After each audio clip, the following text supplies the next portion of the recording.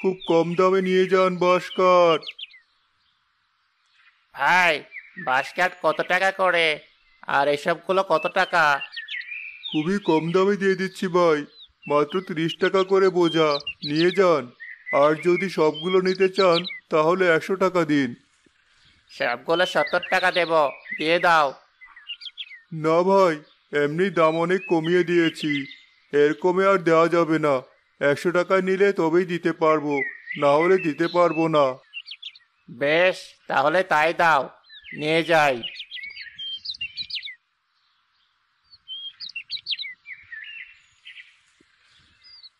যাক, এই বারগুলো বিক্রি করা হয়ে গেল। এবার কিছু বাজার করে নিয়ে বাড়ি ফিরে যাই। রহিম ভাই, শোনো একটু এদিকে।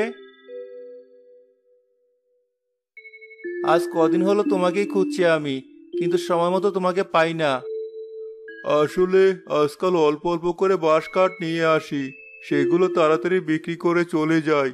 তা বলো, কি বলবে? আর বলো না, সামনের সপ্তাহে আমার মেয়ের বিয়ে, তাই কিছু বাঁশ কাঠ লাগবে। যে করে হোক 2 দিনের মধ্যে বিয়ের জন্য যত বাঁশ কাঠ লাগবে সব তুমি দিবে, দিতে পারবে তো? ঠিক আছে ভাই, আমার যত কষ্টই হোক আমি কাঠ আপনাকে দেব। তুমি আমাকে অনেকটা নিশ্চিত করলে ভাই। এই নাও কিছু অগ্রিম টাকা, বাকি টাকা সব কাঠ দেওয়ার পর দেব। সে ঠিক আছে, এখন তাহলে আসি, কিছু বাজার করতে হবে। ঠিক আছে, তাই যাও। হাতে বেশ কিছু টাকা হলো, বাজার থেকে কিছু জিনিস বাজার করে নিয়ে যাই। অনেক দিন হলো টাকার অভাবে তেমন কিছু কেনা হয় না। আমি তো জানি আমার বউটার এটা ওটা খেতে মন চায়, কিন্তু আমার পকেটের কথা চিন্তা করে সে কিছুই বলে না আমাকে। আজ না হয় আমি তার জন্য কিছু কিনে নিয়ে যাই।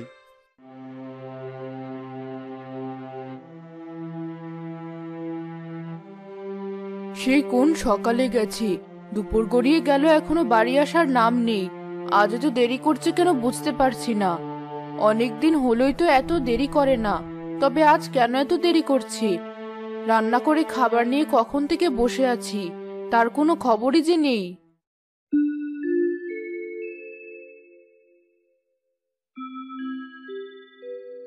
বউ, কোথায় গেলে তুমি? এই তো ঘরেই ছিলাম, রান্না করে খাবার নিয়ে তোমার জন্য বসে আছি সেই কখন থেকে, কিন্তু তোমার তো ফেরার কোনো নামই নেই। এত দেরি কেন করলে শুনি? আর তোমার হাতেও সব কি? সে আর কি বলবো তোমাকে, আজ একটা বাড়তি কাজ পেয়েছি বুঝলে। তারা অগ্রিম কিছু টাকাও দিয়েছে, হাতে টাকা ছিল তাই বাজার করে নিয়ে এসেছি। আর তোমার জন্য বাড়তি কিছু খাবার নিয়ে এসেছি।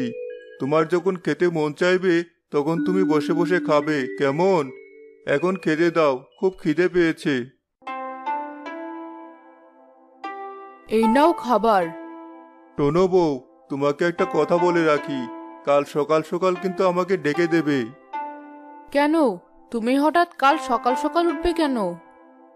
তুমি ভুলে গেলে নাকি? বললাম না, একটা কাজের বায়না পেয়েছি, সেই কাজটা শেষ করতে হবে না?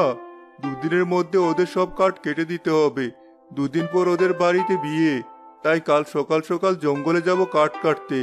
তুমি কিন্তু মনে করে আমাকে ডেকে দিও, না হলে আবার সারতে পারবো না, সময়ও তো আর নেই।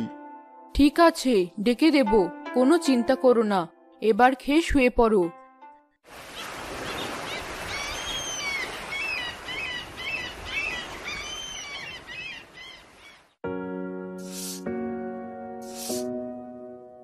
আরে, আমি তো সকাল সকাল ঘুম থেকে উঠে কাজ শুরু করে দিয়েছি। ওকে তো ডেকে দিতে হবে, আমি তো ভুলেই গেছি। আর দেরি হলে আমার আর রক্ষা থাকবে না, তাড়াতাড়ি গিয়ে আগে ডেকে দেই। শুনতে পাচ্ছো? উঠো। হ্যাঁ বউ, বলো কি হয়েছে, ডাকছো কেন? তুমি যে আজ সকাল সকাল বাঁশ কাটতে যাবে, ডাকতে বলেছিলে, তাই ডাকছি। ও তাই তো, দাও দাও কিছু খেতে দাও, আমি হাত মুখ ধুয়ে আসছি, এসে খেয়েই চলে যাব কাজে।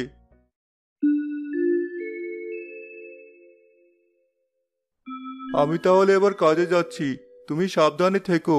আমার কিন্তু আসতে আজ একটু দেরি হবে, তুমি কিন্তু কোনো চিন্তা করো না।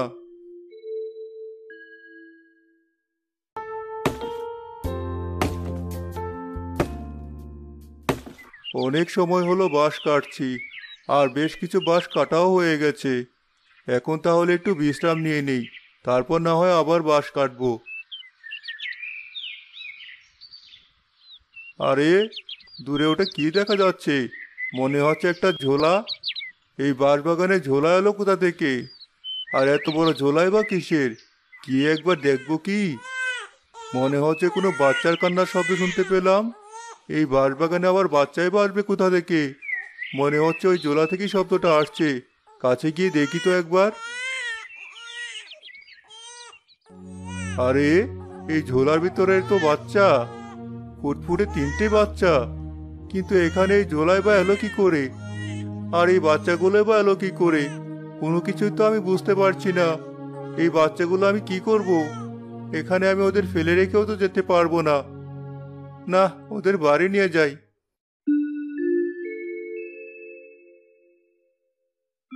বউ, দেখো কি নিয়ে এসেছি আমি। কালই কত কিছু নিয়ে আসলি, আজ আবার কি নিয়ে এসেছো? তোমার কি খেয়ে দিয়ে কোনো কাজ নেই? প্রতিদিন তুমি এটা সেটা নিয়ে আসা শুরু করেছো। আরে বউ, না দেখে আগে তো রাগ করো না। আগে তো দেখো, তারপর না হয় রাগ করো। এ কি, 3টে বাচ্চা? তুমি কাদের বাচ্চা নিয়ে এসেছো? ওদের বাবা মা কোথায়? আজ থেকে আমরাই ওদের বাবা মা, বুঝলে? কি বলছো তুমি? আমরা ওদের বাবা মা মানে? হ্যাঁ, ওদের আমি বাঁশবাগানে কুড়িয়ে পেয়েছি। ওদের বাবা মা কে তা আমি জানি না।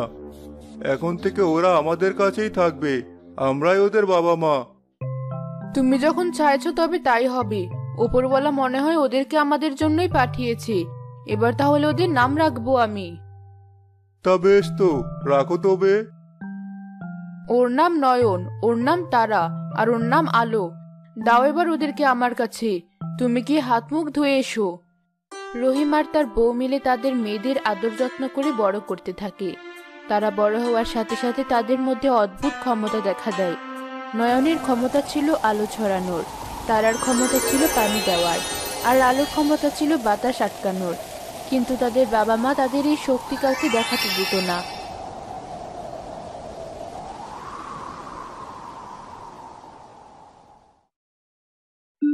শোনো মেয়েরা, তোমরা এখন বড় হয়েছো। তোমরা এখন চাইলেই অনেক কিছু করতে পারো, কিন্তু মনে রেখো, যাই করো না কেন, তোমাদের মধ্যে যে শক্তি রয়েছে তার ব্যবহার করবে না। কিন্তু কেন মা? আমাদের কেন তোমরা শক্তি ব্যবহার করতে দাও না? তা তোমাদের না জানলেও চলবে। এখন যা বলেছি তোমরা সেটাই মেনে চলবে। মনে যেন থাকে, এটা নিয়ে তোমরা আর কোনো প্রশ্ন করো না। ঠিক আছে, তোমাদের কথা আমাদের মনে থাকবে। আমাদের শক্তি আমরা ব্যবহার করব না। অতিরিক্ত খরায় সব ফসল শুকিয়ে নষ্ট হয়ে গিয়েছিল। তখন তবুও কোনোভাবে কাটিয়ে উঠেছিলাম। এখন আবার এমন ঘন কুয়াশা চারদিকে ছড়িয়ে আছে। এভাবে চলতে থাকলে তো আবার সব ফসল নষ্ট হয়ে যাবে, আর আমরা সবাই পথে বসে যাব। সে ঠিকই বলেছেন। এমন কুয়াশার জন্য আমি নিজেও বাঁশ কাটতে যেতে পারছি না জঙ্গলে। ওদিকে ঘরের সব শেষ হয়ে এলো। কি করে চলবে কে জানে। যাই হোক, এবার আমি আসি। কি শুরু হলো? এই বছরটা শুধু দুর্যোগের ওপর দিয়ে যাচ্ছে। কখনো অতিরিক্ত খরা, কখনো কুয়াশা, কখনো প্রচন্ড ঝড়। সেটাই তো ভাবছি বউ। গ্রামে এখনই হাহাকার শুরু হয়ে গেছে। জানি না আর কিছুদিন গেলে কি হবে। এভাবে চলতে থাকলে জমিতে কোনো ফসল হবে না, আর আমরা না খেয়ে মরবো।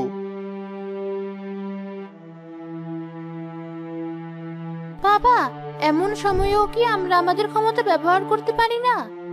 এমন সময়েও যদি আমরা আমাদের শক্তি ব্যবহার না করতে পারি, তাহলে তো শক্তি থেকে কি লাভ? হ্যাঁ বাবা, এবার আমরা আমাদের শক্তি ব্যবহার করতে চাই। আমরা মানুষের উপকার করতে চাই। তোমরা আমাদের অনুমতি দাও। আমার মনে হয় মানুষের এমন অসহায় সময়ে ওদেরকে আমাদের অনুমতি দেওয়া উচিত। তাতে উপরওয়ালা আমাদের ভালো করবেন। ঠিক আছে, এবার তাহলে আমি তোমাদের অনুমতি দিচ্ছি। তবে তোমরা আমাকে কথা দাও, তোমাদের শক্তি দিয়ে কখনো কোনো মানুষের ক্ষতি করবে না। আমরা কথা দিলাম। চারদিকে কুয়াশার অন্ধকারের জন্য ফসল নষ্ট হয়ে যাচ্ছে। আমি তাহলে আলো ছড়িয়ে দেই।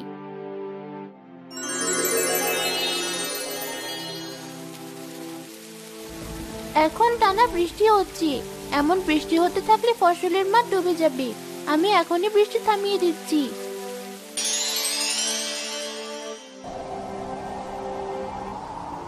ঝড় শুরু হতে যাচ্ছে। এই ঝড়ের সাথে বাতাস হলে সবার বাড়ি ঘরে উড়ে যাবে, আবার ফসল নষ্ট হবে। আমি বাতাস আটকাচ্ছি।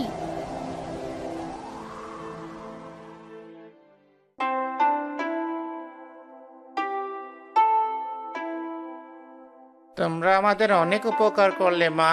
তোমাদের এই উপকারের কথা আমরা আজীবন ভুলবো না। এখন থেকে তোমরা আমাদের মাথার মণি হয়ে থাকবে। বলো মা, তোমরা আমাদের কাছে কি চাও? তোমরা যা চাইবে আমরা তোমাদের তাই দেওয়ার চেষ্টা করব। চাচা, আমাদের কিছু লাগবে না। আপনারা শুধু আমাদের জন্য দোয়া করবেন, যেন আমরা সব সময় এভাবে আপনাদের পাশে দাঁড়াতে পারি আর আমাদের বাবার দেওয়া কথা আমরা রাখতে পারি। গ্রামের সবাই তাদের 3